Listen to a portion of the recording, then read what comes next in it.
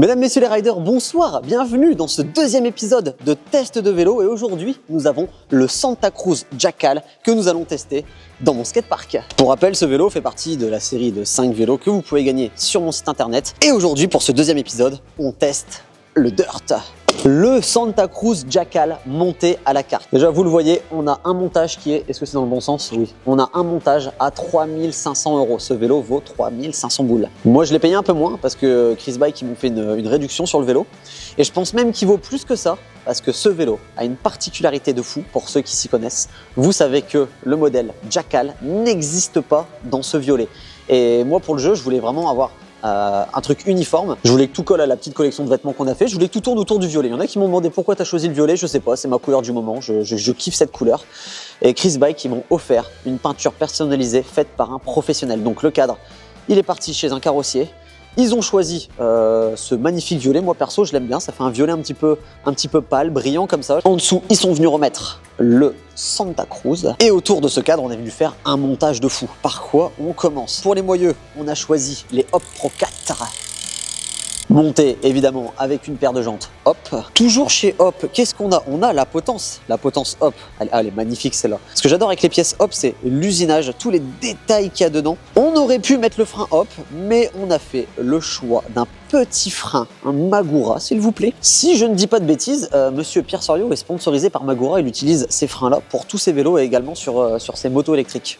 Et ça, c'est un truc que vous pouvez pas voir à travers votre écran, mais le toucher du levier est tout simplement exceptionnel. Moi, j'ai l'habitude de mon frein de BMX à câble. C'est dégueulasse, un frein de BMX. C'est quand tu fais ça, il y a un truc qui va pas. Mais ceux-là, visuellement, ça fait un petit disque quand même. Quand on voit par rapport aux freins de VTT qui ont vraiment des disques beaucoup plus larges que ça, celui-là, ça fait un petit disque. Mais je vous assure que ça freine.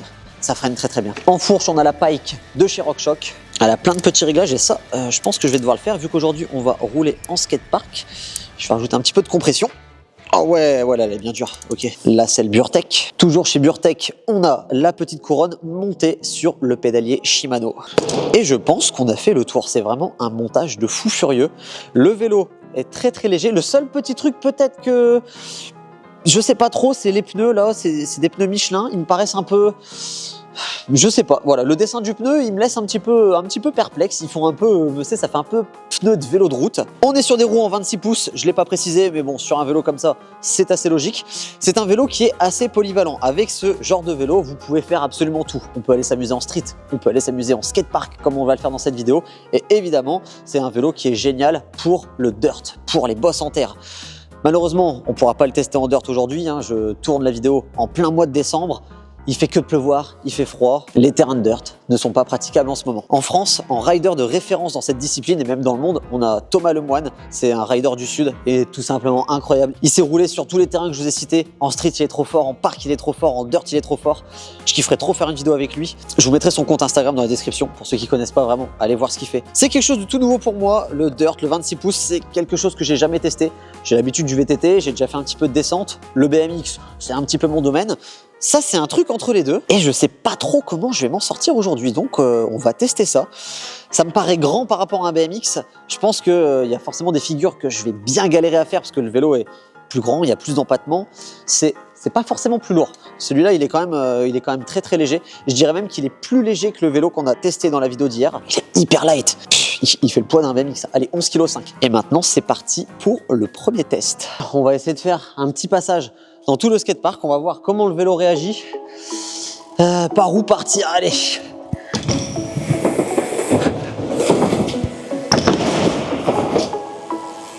Ouh. Écoute, à première vue... oh.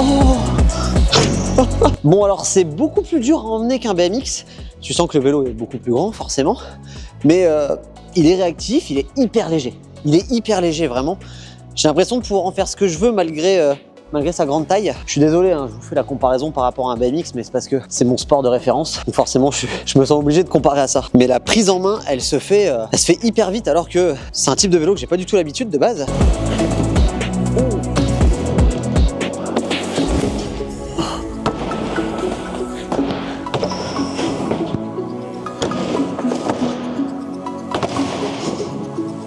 Là où j'ai un peu plus de mal, c'est sur le wall. Le wall, c'est la rampe où on vient rouler sur le mur. J'ai peut-être repéré un petit défaut sur le vélo. Quand j'arrivais là dans la ligne droite pour pédaler et venir sur ce gros quarter, j'avais l'impression que la transmission était un petit peu molle. On aurait peut-être pu choisir une couronne avec un peu plus de dents ou alors un pignon un peu plus réduit. Le fait d'avoir une petite couronne, ça nous permet par exemple de faire plus facilement des tricks techniques comme celui-ci.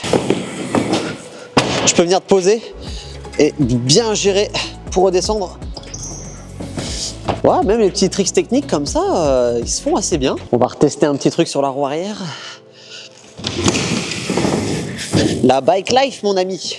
Eh ben écoute, wow. C'est plutôt pas mal. Très stable sur la roue arrière. Je fais encore la comparaison au BMX, mais beaucoup plus stable qu'un BMX. En même temps, c'est logique, hein. Des bases arrière et des roues plus grandes, plus de stabilité. Ah ouais, très stable. Pour continuer sur la roue arrière, je vais essayer de traverser toute cette rampe en manuel. Bon là c'est le bonhomme qui est pas à l'aise, faut que j'arrive à viser pile poil. En fait ce qui est difficile c'est pas de tenir l'équilibre sur la roue arrière mais plutôt de se diriger parce que à la fin de la rampe, pour retomber dans l'autre parce que c'est là-bas que je veux aller, on a que cet espace là disponible et ouais mais ça laisse pas grand chose quoi, faut bien viser. Oh, mon pied il a glissé de la pédale. C'est un truc qui m'arrive jamais. Pourtant, on a des bonnes pédales avec des bons crans.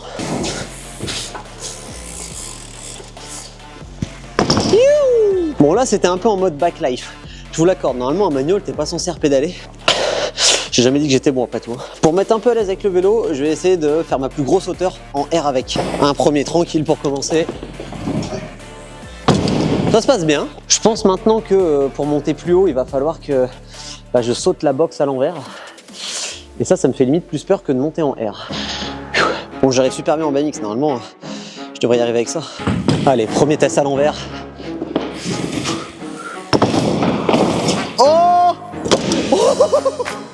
Bah heureusement qu'il y a une suspension là-dessus. Et elle marche bien parce que je suis atterri un petit peu bas là sur la rampe. En fait, j'avais peur de raccrocher, j'ai voulu me sécuriser. Je crois que je me suis trop sécurisé, je suis atterri trop en bas. Allez, meilleur passage. Voilà. Oh, les hauteurs sont sympathiques. Oh, à condition de bien sauter avant. Oh. On va partir sur une ligne un peu plus technique. On va prendre les hips du parc. Oh. Oh. Bon, c'est là où tu vois que le vélo prend un peu plus de place qu'un BMX. Dans la partie technique avec les hips, j'arrive quand même beaucoup moins bien à me diriger avec celui-là. Mais je pense que ça peut se faire.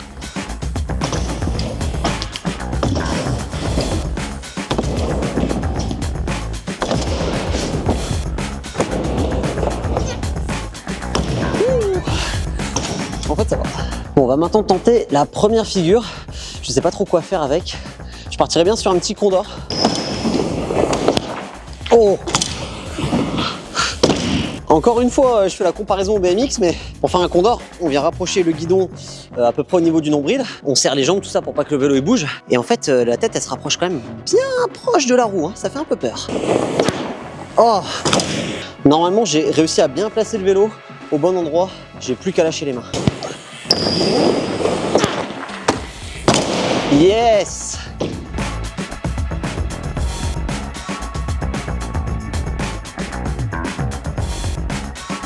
Bon, maintenant on va essayer une figure un petit peu plus technique qui me fait peut-être un petit peu plus peur. On va faire tourner le guidon. Alors sur ce vélo on peut pas le faire à l'infini malheureusement parce que il n'y a pas de rotor sur ces vélos là. Enfin, il existe des rotors mais c'est un système beaucoup plus complexe que sur un BMX. Encore une comparaison avec le BMX. En même temps c'est deux vélos qui se ressemblent quand même beaucoup. Du coup là-dessus on met une gaine hydraulique beaucoup plus grande. Vous voyez un petit peu la taille du truc. Et c'est fait exprès pour venir s'enrouler autour de la colonne de direction. Et on peut faire aisément quelques tours de guidon ou quelques tours de cadre. Donc là, moi ce que je fais là, c'est qu'elle est enroulée à fond. Et si j'arrive à faire tourner mon guidon, elle se déroulera tout doucement. On peut le faire une fois, deux fois, trois fois. Allez, au bout de 4 fois, tu es obligé de la remettre parce que... Quoique, c'est même pas si gênant que ça finalement. Est-ce qu'on peut faire un tour de plus? Ouais, non, j'ai pas envie d'essayer. C'est pas, je craque le frein, j'ai de l'huile partout. J'ai un peu la flemme de ça là maintenant tout de suite. Ouh, ça va, ça se fait assez bien. J'étais un peu en détresse, hein. J'ai pas rattrapé le guidon au bon endroit. Je crois même que ma main elle a chopé le levier de frein au lieu de la poignée. On va essayer d'en refaire un plus propre. Parfait. La difficulté quand tu fais cette figure, pour moi, c'est d'aller rattraper la poignée et pas le frein. Des fois, tu as tendance à, quand tu apprends ce trick, aller choper le levier et ça peut te faire mal au doigt et surtout ça peut te faire tomber. Bah écoute, plutôt à l'aise sur cette figure. Je vais essayer de faire ça en mélangeant une autre. Ça se passe trop bien. On a une belle selle Burtec. On va essayer d'aller l'attraper en l'air.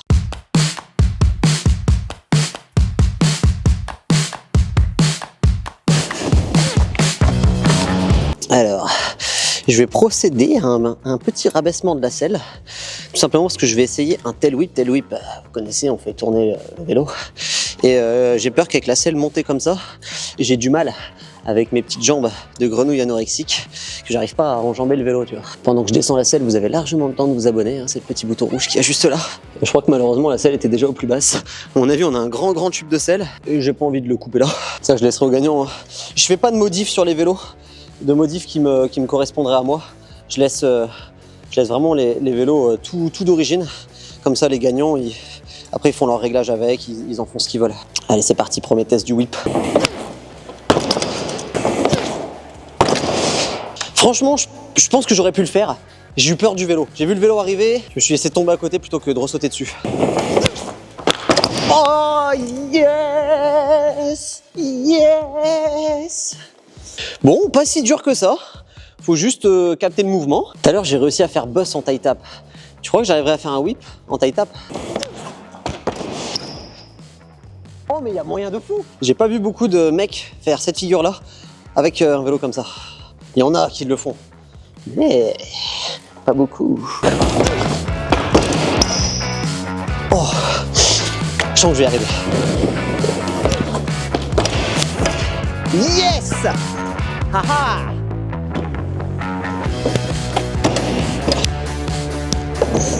Je vais essayer de venir taper sur le mur ici, ça s'appelle un wall tap.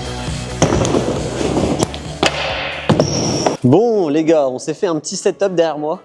Comme vous pouvez voir, j'ai mis quelques matelas sur la rampe afin d'essayer une figure. Comme je dis toujours, une vidéo sans flair n'est pas une bonne vidéo. Et je pense que avec ce genre de vélo, on peut quand même faire des flairs. On va essayer ça tout de suite. Alors pourquoi j'ai mis des matelas? J'ai pas peur de me faire mal ou quoi, parce que le flair, je pense que je le maîtrise assez bien. En revanche, c'est la première fois que je fais avec un vélo comme ça. Mais le risque, c'est que je tourne pas assez ou pas bien le flair et le vélo se prenne un mauvais choc. Et généralement, ce qui casse sur les vélos en flair, comme c'est des atterrissages qui se font de côté, bah, c'est les roues qui cassent. J'en ai cassé plein en BMX, hein, si vous avez suivi la chaîne. Bon nombre de roues à casser en flair sur cette chaîne YouTube. Et bah là, j'ai pas envie que ça arrive sur ce vélo-là parce que la jante, hop, voilà quoi. Après, au pire, bon bah voilà, hein, si je casse, j'en remettrai une. Mais c'est pas le projet quoi, j'ai pas très envie. Allez, c'est parti pour le flair. Ah, je te connais tellement bien que là, je sais que tu stresses pas pour le flair. Tu stresses pour le vélo. Bah oui, tu connais, hein, le rat qui est en moi n'a pas envie de racheter une roue, n'importe quelle pièce de ce vélo. Ils m'ont coûté déjà assez cher comme ça. Moi, je suis sûr que ça va pas se first try. Ah ouais? Ouais.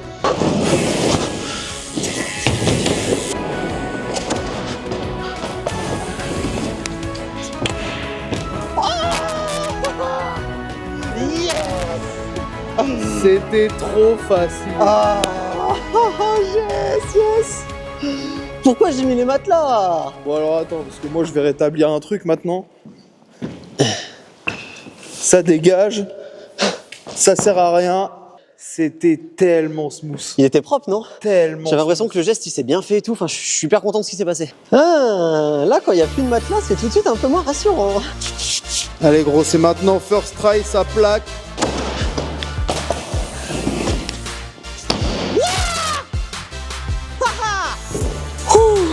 Tu m'énerves. Je galère un petit peu, hein. Quand je suis à l'envers, je tire un peu fort. Je sens que malgré le choc, bah écoute, les roues elles bougent pas. Parce que c'est quand même un choc qui est latéral, donc qui met en contrainte le vélo. Et tu sens que le vélo il est hyper rigide, il n'y a pas de problème. Ça se passe trop bien. Trop content. Le flair, ça s'est vraiment bien passé. Toutes mes années à faire des flairs avec des vélos bizarres, ça m'a servi parce que finalement, avec celui-là, je stressais un petit peu. Et le vélo, et je pense que c'est le vélo aussi qui fait ça. Le vélo est trop bien, hyper polyvalent. Ça m'a donné envie d'en racheter un pour moi. Pas à faire gagner ce coup-ci. Et voilà les gars, c'est tout pour ce deuxième test de vélo. On se dit à demain pour la prochaine vidéo. Si vous voulez tenter de gagner ce vélo, il ne vous reste plus que 4 ou 3 jours. 4 jours. pour participer. C'est jusqu'au mercredi 11 décembre. Rendez-vous sur mon site internet, vous chopez le petit sweat, le petit t-shirt ou la petite casquette. Et demain, on se donne rendez-vous pour le 3e test. Coup de cœur sur celui-là. Vraiment, je l'aime beaucoup. Salut, bonne soirée.